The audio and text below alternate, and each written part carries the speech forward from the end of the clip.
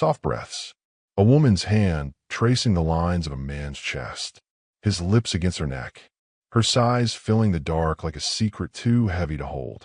Their bodies move as if the world does not exist. Heat, hunger, the rhythm of desire. His voice, low and trembling, whispers her name, Isabella. But this is not passion born of freedom. This is betrayal. Because Alejandro is a married man, and Isabella is not just anyone. She's his wife's best friend, her sister in all but blood, the woman who has stood at her side for 20 years, now standing in her husband's arms.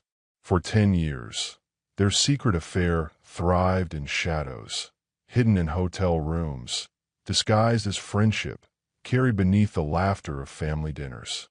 10 years of stolen nights, whispered lies, and a love that was never theirs to take. But secrets always leave a trail, and Camila, the wife, the friend, the woman they thought blind, has found every piece of it. And when she strikes back, it will not be with anger. It will be with elegance, with precision, with a revenge so devastating, it will turn Isabella's grandest celebration into her ultimate humiliation. Listen closely. What began with desire will end with destruction. And nothing, no lie, no kiss, no promise, will survive what comes next. My name is Uriel, and I am your storyteller tonight, here at Whispers of Love. The story you're about to hear is not just about passion or betrayal.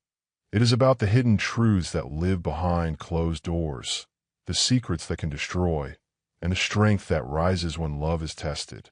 Tonight, I want to leave you with a prayer.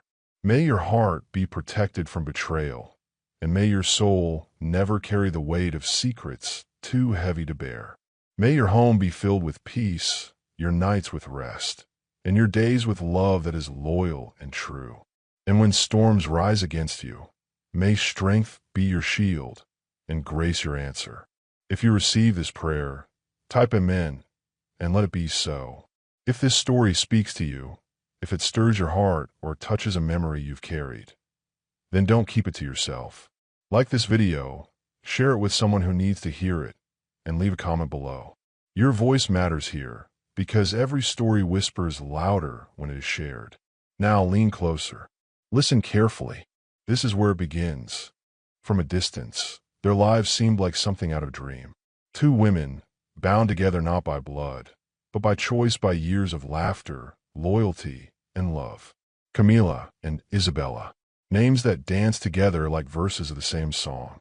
They were inseparable, shadows of one another. When one laughed, the other's smile followed. When one cried, the other's shoulder was already waiting. They had met in the kind of accident that feels like destiny, an umbrella shared under heavy rain. Two strangers pressed close in a storm that might have forgotten to end. From that day, the world seemed determined to keep them side by side.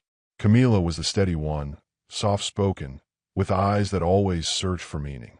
Her life was a rhythm of order, papers stacked neatly, bills paid on time, a heart that believed in patience. She had a way of making others feel safe, of turning chaos into calm. To her, loyalty was not a word, it was a vow. And Isabella was fire wrapped in silk. She laughed loudly, loved quickly, and filled every room with color. She was bold where Camila was gentle, wild where Camila was measured. She lived for small adventures, photographs of strangers, recipes scribbled on cafe napkins, sunsets she swore were speaking only to her. Her joy was contagious, her warmth undeniable. Together, they were perfect halves of a whole. Two women who understood each other without needing words. Two women the world admired, envied, even, because friendship like theirs is rare and beautiful and unbreakable. Or so it seemed. When Alejandro entered the story, it was as if fate had added a final brushstroke to their shared canvas. Tall, charming, careful with his words, he was the kind of man who remembered birthdays, who brought flowers home on Tuesdays just because the market had them. He was Camila's husband, her anchor, her chosen forever. And Isabella adored him, too, but as a friend. At least, that was what everyone believed. The wedding was the kind that stories are built on. Camila, radiant in white, her hand trembling slightly as Alejandro slid the ring onto her finger. And Isabella, standing just behind her, a bouquet in hand, smiling through tears. Her voice had cracked when she whispered to Camila, "You'll never be alone. Not as long as I'm here." From the outside, it was flawless. The kind of bond that makes others believe in love, in loyalty, in forever. They build a life together, the three of them. Family dinners. Vacations where their children built castles in the sand side by side. Holidays filled with laughter, wine, and promises of always. And yet, perfection is a fragile thing. It gleams, but it hides. And behind its glow, shadows always wait. Still, the shadows were invisible at first. What everyone saw was devotion. Camila's careful hand resting on Alejandro's arm at dinner. Isabella's laughter echoing through their home when she visited. They were a family, woven together so tightly no one could imagine them apart. But there were moments, small ones, a glance that lingered too long, a silence that hummed louder than words. Isabella's eyes, following Alejandro's in a way she did not mean for anyone to notice. Alejandro's hand brushing hers just a second longer than it should. Was it nothing? Perhaps. That's how betrayal begins, wrapped in excuses, dressed in innocence. There was the night at the small Italian restaurant. The three of them sitting by the window, steam fogging the glass. Alejandro telling stories about work, Isabella mimicking the voices, Camila laughing until her eyes watered. The owner brought out wine, unasked for, declaring, "Love should always drink." And for a moment, it was easy to believe him. Easy to believe nothing could ever touch them. There was the trip to the coast. Children running wild into the waves. Mothers watching from the porch, sand clinging to every fold of their clothes. At night, Isabella and Camila sat together, whispering about dreams as ships passed like lanterns across the dark water. "Imagine," Isabella murmured, "if every light out there was someone thinking of you at the same time." Camila smiled softly, pressing her head against Isabella's shoulder. Two best friends beneath the stars, keeping each other warm. And then there were the ordinary days, the ones no one writes songs about. Coffee brewed in kitchens, shoes left in hallways, phone calls exchanged over nothing more than, "Did you hear what happened at school today?" But it is the ordinary that holds the deepest secrets, because that is where lies live quietly, waiting to be discovered. If you listen closely, you might think you hear it, the faint crack in the picture. But not yet. Not now. These are still the days of tenderness, of loyalty, of a love between friends that feels untouchable. These are still the days when Camila could close her eyes at night and believe her world was whole. But what makes a story worth telling is not the safety, it's the storm. And storms do not arrive with a trumpet. They arrive like whispers, like shadows that stretch slowly across the floor, like the pause between a heartbeat and the next. Perhaps it was the late nights Alejandro explained away his work. Perhaps it was the way Isabella laughed too hard at his jokes, as if holding back something heavier. Perhaps it was nothing at all. Nothing or everything. Still, Camila did not notice. She did not want to notice. Her faith in them both was too strong, too pure. She believed in Isabella's loyalty. She believed in Alejandro's love. She believed she had built a life too solid to ever fracture. And maybe that is the cruelest part, because the cruelest betrayals are the ones you never thought possible. For now, you can rest in the glow of what looks like perfection, the warmth of two best friends who would die for each other, who finish each other's sentences, who swear their children will grow up like siblings. The comfort of a husband who remembers small details and whispers promises in the dark. The comfort of believing the people closest to you would never, could never, be the ones to break you. Hold on to that comfort while you can. Breathe it in, because already, somewhere beneath the laughter and the wine, beneath the family photos and the tender goodnights, a clock has begun to tick. Soft, steady, relentless. And when the sound of that clock finally fills the air, everything will change. But not yet. For now, there is only love, and the illusion that it will last forever. Love has many faces. Some are gentle, steady, and true. Others hide in shadows, masked as loyalty, cloaked in friendship. And sometimes love is a fire that was never meant to burn, yet once lit, refuses to die. For Isabella and Alejandro, the fire began quietly. A hand brushed too long, a look that lingered when it should have passed, a laugh that echoed in the wrong place at the wrong time, between two people who both knew better. At first, it was nothing. That's what they told themselves. Nothing but friendship. Nothing but an accident. Nothing but a moment. But desire doesn't vanish when you name it nothing. It waits. It lingers. And when the moment returns, it demands more. One evening, the silence between them grew louder than their words. Camila was working late, her careful world of papers and deadlines wrapping her far from home. Isabella arrived at the door with a book she had borrowed weeks before. Alejandro opened it, surprised, his smile polite. She stepped inside. Her perfume, soft jasmine and warmth, filled the hallway. Their conversation was harmless, casual, but their eyes betrayed them. When he handed her the book, her fingers lingered on his. He should have let go. She should have pulled back. But neither of them moved. In that pause, in that single stolen breath, everything changed. Their lips met like a secret aching to be told. Tentative at first, trembling, then desperate, hungry. A kiss that pulled them beyond reason, beyond loyalty, beyond everything they had promised to someone else. It was wrong. It was unforgivable. And yet, in that moment, it was the only truth they knew. It should have ended there. But passion is a tide that does not retreat once it has claimed the shore. That night became another, and another. Their world split in two. The one lived in daylight, and the one hidden in the shadows. Hotels tucked miles away. Rooms that knew their laughter, their sighs, their whispered promises. They touched as if the act itself might erase their guilt, as if passion could rewrite the betrayal. Isabella became bolder. She traced circles on Alejandro's chest with her fingertips, whispering secrets into the hollow of his neck. Alejandro buried his face in her hair, memorizing the scent he would later try to mask with cologne. Together, they created a world of stolen mornings and borrowed nights, each encounter more dangerous than the last, yet impossible to resist.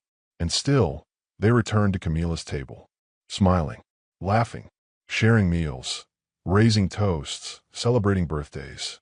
Isabella kissed Camila on the cheek with lips that had just whispered to her husband hours before. Alejandro held Camila's hand with the same fingers that had trailed along Isabella's skin. 10 years. 10 years of double lives. Camila never suspected. Or rather, when small doubts flickered, she smothered them with love. Because love blinds. Because trust deafens. Because to doubt Isabella was to doubt a sister. To doubt Alejandro was to doubt the man who had sworn forever. But there were traces. There are always traces.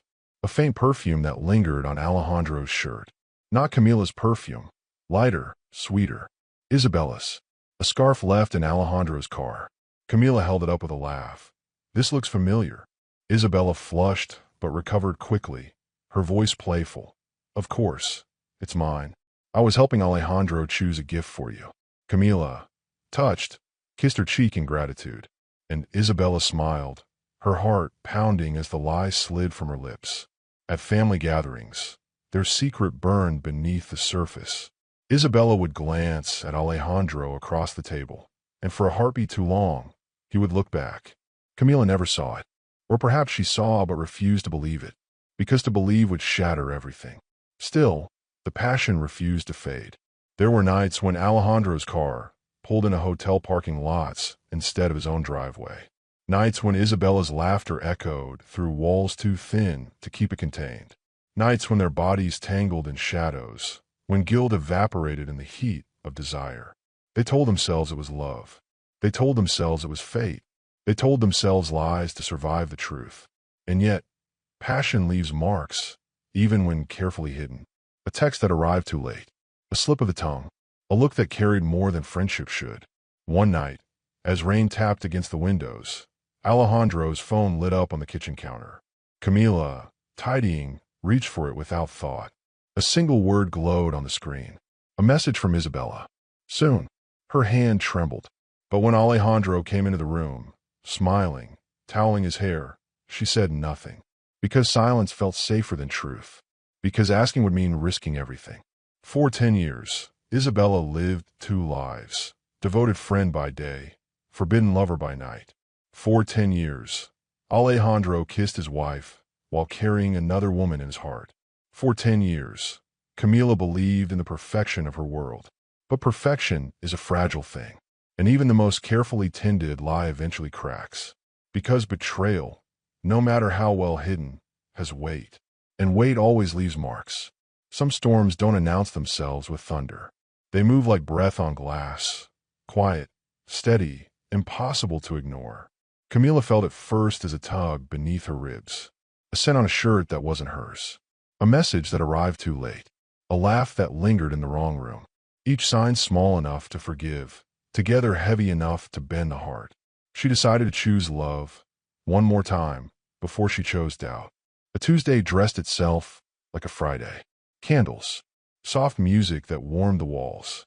Camila cooked his favorite meal, laid out the good napkins, tucked her hair behind her ear the way he used to notice.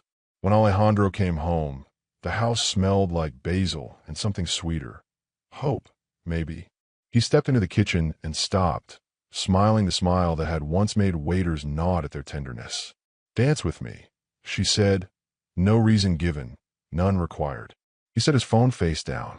She slipped her hands to his shoulders, and they swayed barefoot across tile gone moonlit by the dimmer's glow. Their bodies remembered.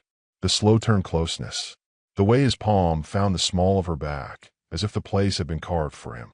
She closed her eyes and let their history guide them.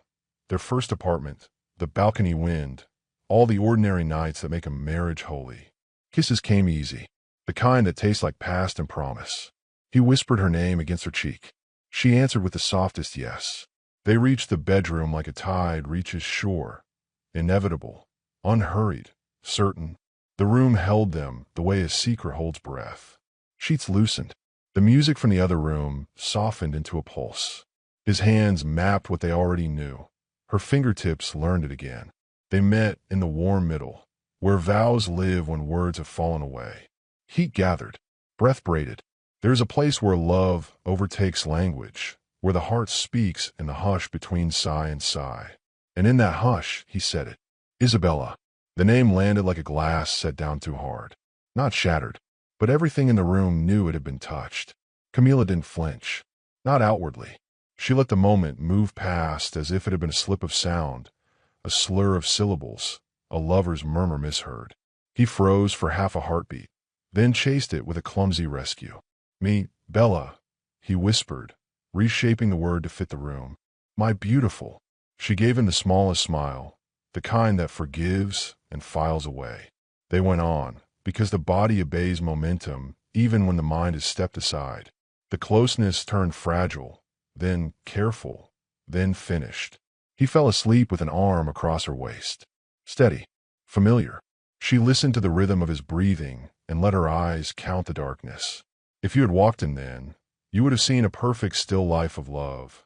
A husband, a wife, a moonlit room, a quiet ending to a tender night. But the storm had arrived, and it had learned her name. Morning was gentle. Coffee, the scrape of a chair, news murmuring the day awake. Camila stirred her cup and watched the swirl settle. She heard the echo of that one word in the sound the spoon made against porcelain. You can call it a mistake. You can call it nothing. You can call it an accident of lips and memory. She called enough. From that sunrise on, she moved like a lake under ice, surface smooth, depths alive. She kissed his cheek, handed him his briefcase, laughed at his small joke, and in the space between gestures she began to work. The first rule of a silent storm: collect the rain before anyone admits it's falling. She found the old tablet in a drawer, dusty, forgotten, still synced. She charged it and let it wake slowly, like a guest returning to a house that used to be theirs. Files bloomed. Folders opened. A buried album wore an innocent name: receipts. Inside, hotel confirmations, time-stamped at hours that didn't belong to business. Another folder: notes. A photograph of a key card against a palm she knew too well to misname. The metadata did not blush. Her hands didn't shake. She took screenshots and mailed them to an address she made that morning, a name no one would think to search. Then she wiped her eyes, not tears, just clarity, and put the tablet back with the same angle of dust it had borrowed. The second rule: let the guilty believe they are invisible while you learn how to see. She invited Isabella to lunch. Sunlight, a corner table, the easy intimacy of old friends. They talked about school forms and basil plants that refused to live. Camila told a harmless story about a coworker whose husband had said another woman's name in his sleep. Can you imagine? And rolled her eyes for theater. Isabella's laugh was bright, just a little late. She lifted her glass with a hand that steadied itself halfway to her mouth. Men are ridiculous, she said. Camila smiled with her whole face and took note of the one muscle that did not join in. When the check came, Camila forgot a silver bracelet under the napkin. Isabella found it, dropped it in her car's console for safekeeping. That night, the bracelet lay on Alejandro's dresser tray, coiled like a question mark. Camila picked it up, fastened it to her wrist, and thanked him for his excellent memory. The third rule: protect the innocent parts of your life with quiet ferocity. She moved accounts behind passwords no one else knew, made copies of documents, spoke to a lawyer whose office smelled of leather and fresh paper. She did not cry there. She asked specific questions. How to secure the house. How to shield the children if the news broke badly. How to make sure the next 10 years belonged to light. Not yet, she said when the lawyer suggested serving papers immediately. Her voice was soft, her eyes star-steady. I want them to hear the truth in the same breath as the consequences. On her way home, she bought a silver gift bag. It glinted in the store's fluorescent lights, a small, pretty thing that liked to be looked at. She filled it slowly over the next weeks, printouts, screenshots, notes in her tidy hand, evidence arranged like a bouquet. In the evenings, she and Alejandro performed the life they had built. Homework, dishes, the dance of dishes and doors. Sometimes he reached for her with real gratitude. Sometimes, because habit is kind, she let him. When his mouth found hers, she answered just enough to keep the peace, never enough to quiet the echo of the name he had offered the dark. Once late, he rolled toward her and breathed, "You're everything." It should have warmed her. Instead, she measured the distance between compliment and confession and filed that, too, in a quiet place where women keep the math of their survival. Isabella remained luminous. She sent Camila photos of doorways, skies, the backs of strangers. Practicing light, she said. Camila replied with hearts and laughter. Then she traced the EXIF data and learned the names of streets she had never visited but could now find by smell. If you're listening for screaming, you won't hear it here. This is the hour of silk and steel. The moment when a woman teaches the storm how to spell her name. She set reminders for appointments no one knew she had. A banker at 10, a notary at noon, a quiet meeting at the school to confirm travel permissions with or without a second signature. Each box ticked without fuss. Each stone placed exactly where a bridge would one day be needed. On the calendar that hangs by the kitchen, a date or a circle. A party awaited there. Laughter, chandeliers, speeches. Isabella's milestone. Friends would dress for cameras. Champagne would insist on optimism. Camila drew the circle darker. Once, then once more, until the ink felt less like a ring and more like a decision. She cooked. She folded. She listened. She let him talk about numbers and markets and a man at work who wore squeaky shoes. She laughed in the right places. She touched his arm when he reached for sugar. Every kindness a choice. Every choice a thread pulled free. Some nights, when the house forgot to breathe, she stood in the doorway of her children's rooms and counted them sleeping. She pressed her palm to the ache beneath her ribs, the one that had first warned her, and thanked it for telling the truth before anyone else dared. By now you might want fire. You might want a door slammed, a suitcase on the lawn, a scene. Not yet. The most devastating storms do their finest work in silence. A paper signed, a password changed, a name spoken once in the dark, replayed until it becomes a map. One evening, Alejandro reached for her again, clumsy with guilt, tender with habit. She let him kiss her forehead, then her mouth, then the place where her pulse waits to be found. For a breath, she closed her eyes and gave herself the mercy of remembering who they had been. He whispered something that could have been apology, could have been need. She did not ask him to repeat it. She no longer needed his words to know his truth. The house slept. The city dimmed. On the counter, the silver gift bag caught the refrigerator's light and gave it back like a promise. Listen closely. The storm has chosen its hour, and it will keep it. Every celebration hides a secret. Behind the music, beneath the laughter, between the clinking glasses, there is always something unseen. Sometimes it is joy, sometimes it is sorrow, and sometimes it is a storm waiting for the moment when the lights are brightest to strike. Tonight, it was Isabella's night, her 40th birthday, a milestone she wore proudly, like a crown. The banquet hall glowed with chandeliers, tables draped in white linen, roses arranged in careful bursts of crimson. Guests shimmered in satin and sequins, their voices filling the air with the promise of a perfect evening. At the center of it all was Isabella, dressed in scarlet silk, laughter on her lips, her eyes drinking in the attention she had always craved. She floated from guest to guest, each embrace a performance, each smile a declaration. I am loved. I am celebrated. I am untouchable. And then the doors opened, and Camila entered. Her beauty was not loud, not demanding. She wore elegance like a whisper, black satin that caught the light without begging for it. Her hair swept back, her face calm, her movements measured. In her hand, a single silver gift bag, delicate, shining, impossible not to notice. Guests turned, murmured greetings, pulled her into embraces. To anyone watching, it was the quiet arrival of a best friend, a sister of the soul. To Isabella, it was reassurance, proof that despite everything, Camila was here, smiling, loyal, hers. The night unfolded with all the polish of a perfect memory. Champagne flowed. Speeches tumbled into laughter. A pianist filled the air with golden notes. And every time Isabella looked at Camila, sitting gracefully at her table, her heart steadied. Because if Camila was here, then the secret was still safe. But Camila's smile carried weight. It was not the smile of forgiveness. It was the smile of a woman who had chosen her hour. When the time came for toasts, glasses were raised high. Alejandro spoke first. His words were smooth, careful, rehearsed. He praised Isabella's spirit, her friendship, her place in their lives. His voice trembled only once, when Camila's eyes met his across the room. He looked down, adjusted his cuff, and drank too quickly. Then Camila rose. The hall quieted. The pianist softened. All eyes turned to her. She lifted her glass, her silver bag resting at her feet. Her voice, when it came, was velvet, warm, sweet, touched with nostalgia. Isabella, she began, my soul's sister. For 20 years, you've been my constant, my joy, my mirror. Together, we have shared everything, laughter, tears, secrets. Tonight, I want to honor you with words you already know. You are loved. You are cherished. You are unforgettable. Applause broke. Isabella glowed. Her hand pressed her chest. She mouthed thank you. But Camila did not sit. Her voice softened further, almost tender.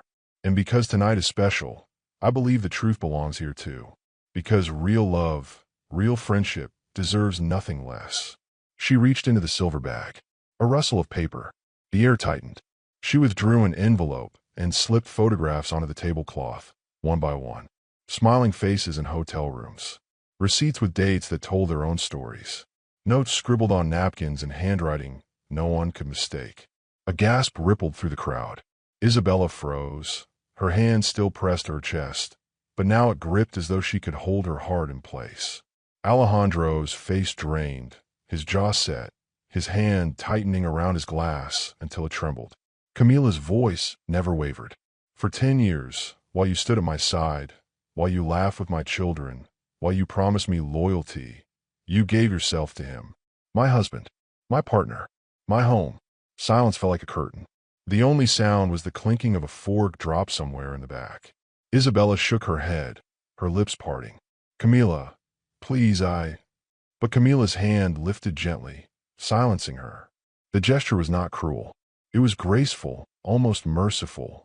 You see, Isabella, I'm not here to argue. I'm not here to fight. I am here to give you the gift you thought I would never give. The truth.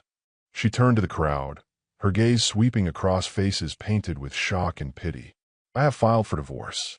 I have secured my children's future. Alejandro's career will answer for the lies he carried into his work. Every paper is signed. Every door is closed. Tonight is not just your birthday, Isabella. Tonight is your unveiling. Gasps again. A woman pressed her hand to her mouth. A man muttered under his breath. All eyes returned to Isabella, who now sat trembling, her glass untouched, her body rigid as though bracing against invisible waves. Camilla bent slightly, her voice quiet, meant only for Isabella, though the microphone carried it to all. 10 years you thought me blind. 10 years you thought me silent. But I have always seen. And tonight, I choose to speak. She placed the final photo, Alejandro's hand holding Isabella's, the hotel lamp glowing behind them, on top of the cake, its candles waiting to be lit. The sweetness of sugar met the bitterness of truth. Then she set her glass down, straightened, and smiled once more. Not triumphant, not bitter, simply done. She turned, gathered her bag, and walked toward the door. Her heels echoed against the marble, steady, proud, a sound louder than applause. Behind her, the hall collapsed into murmurs. Guests leaned together, voices urgent, eyes darting. Alejandro buried his face in his hands. Isabella reached forward as if to stand, but her knees refused. She sank back, tears threatening but refused by pride. The candles on the cake flickered, waiting for a wish no one dared make. Outside, the night was cool. The city lights shimmered like stars brought low. Camilla breathed deeply, her lungs filling with the first clean air she had tasted in years. She did not look back. She did not need to. The truth had done its work. Listen closely. Revenge is not always loud. Sometimes it is the softest voice in the room. Sometimes it is the friend who raises her glass and tells the truth when no one else dares. Sometimes revenge is not a scream, but a silence that follows you long after the music has died. Inside, Isabella's party stumbled on, but it would never recover. Her celebration had become her undoing. The night she thought would crown her had instead stripped her bare. And Camilla, sweet, steady Camilla, walked into the darkness with her head high, her heart lighter, and her vengeance complete. After the music dies, the night keeps breathing. The chandelier still sways a little. The roses remember every name spoken beneath them. And truth, once released, does not go back to sleep. Morning arrived as if it had nothing to apologize for. Pale light through thin curtains. A quiet city shaking off glitter. Camilla stood at her window and watched the day find its edges. The air felt different, cleaner somehow, as if someone had opened a door in a room that had been closed for years. She made coffee. She didn't hurry. The spoon circled the cup. The swirl settled. In the calm, she could finally hear herself think. Not about revenge. It had already done its work, but about what would be saved, what would be carried forward, what would be put away with gentleness. News travels in waves. Some loud, some whispering. At Alejandro's office, a meeting no one had on their calendar appeared on everyone's calendar. Compliance. PR. Words that taste like metal. He sat at a long table and tried to be smaller than his suit. His name moved from inboxes to headlines to voices that had once said, "we," and now said he. Promises have an echo. So do lies. Isabella did not answer her phone before noon. When she finally did, it was to silence a notification no one else would see. A group chat, muted now, once called Mi Familia. She stared at the name until the letters blurred. She had loved the attention that followed her into rooms. Now she felt the attention that waits outside them. 1,000 eyes learning how to be mirrors. Camilla was busy, but not rushed. A lawyer's office, a bank, a school administrator who spoke softly and meant it. She smiled when kindness showed up, and where it didn't, she did not linger. The paper she signed did not tremble in her hands. You cannot tremble and be a bridge at the same time. She went home by way of the small Italian restaurant with the owner who refuses to print a menu. The doorbell rang the same way it always rang, as if nothing in the world had changed. He saw her, said nothing, and wrapped a loaf of bread as if it were an apology. At the register, he slid a tiny box across the counter. "For your light," he said. Inside, a silver charm shaped like an eye. A blessing once given to Isabella. Returned now to the person who had truly learned to see. At home, she placed the charm on the kitchen windowsill beside a basil plant that had never liked this house. She watered it and turned the pot half an inch. Small ritual, quiet miracle. A life can begin again in gestures this size. Listen closely. The heart wants to keep what it can. Photographs stayed in their frames. Children with icing on their noses, summer sand stuck to knees. Other photos she wrapped in tissue and slid into a box. Anniversaries that don't belong to the future. Dinners where the smiles told a story and the eyes told another. She did not burn them. Fire is dramatic. Healing often is not. The city learned the new words quickly. Divorcing. Separation. Settlement. They make things sound like the splitting of wood. Neat and purposeful. The truth felt more like paper tearing. Quiet. Fibrous. Unwilling to come apart in a straight line. Camila guided the rip gently, and where it snagged, she pressed her palm and breathed until it let go. Alejandro moved into a furnished apartment where everything matched and nothing meant anything. He lined up his shoes and could not remember which pair had carried him toward the life he had chosen and which pair had carried him away from it. He kept reaching for the phone, then putting it down. Grief has bad manners. It doesn't wait for privacy. Isabella tried on silence and found it did not fit. She rearranged flowers in a vase that did not need rearranging. She opened her camera bag and could not lift the lens. How do you practice seeing when sight has ruined you? She wanted to say she was sorry. For everything. For nothing. For the parts she would never be able to name. But apology is a language that must be conjugated with action, and she did not know the verbs yet. Camila did not turn herself into stone. She cried, but not to drown. She allowed the tears to visit, then to leave. At night, she stood in the doorways of rooms that would always be hers and counted the quiet. The quiet counted back. One afternoon, she met herself for the first time in years. It happened in a mirror she had walked past every day without looking. She stopped. She lifted her chin just enough to tell the truth to her own face. You did not deserve this, she said. You are not the sum of what happened to you. You are what you chose when it happened. The woman in the mirror believed her. She took the children to the coast on a day that belonged to no one's calendar. The air was salted with forgiveness. They ran into the waves, as if waves were doors. She stood where the water tries to remember the shore and let the wind rearrange her. Out on the horizon, ship lights hummed. She thought of a night on another porch, counting those lights with Isabella, and felt the memory soften. Less a blade, more a lesson. Not everything that shone was meant for me, she whispered. The sea kept her secret. The calls came, of course, from numbers she recognized and numbers she did not. Some voices wanted details. Some wanted a villain they could point to and a hero they could applaud. She offered neither. We are moving forward, she said. It was not a refusal. It was a boundary. There was, eventually, a meeting. In a small room. Just the three of them. No cameras. No stage. If you came looking for fire, you would have been disappointed. Camila brought a folder and the kind of calm that grows in well-tended soil. Alejandro brought a pen and a face that had learned how to break. Isabella brought empty hands. It was enough. Camila spoke first. She did not rehearse rage. She rehearsed clarity. This is how we will separate our lives, she said, and then she showed them, line by line, kindness by kindness, consequence by consequence. She did not raise her voice.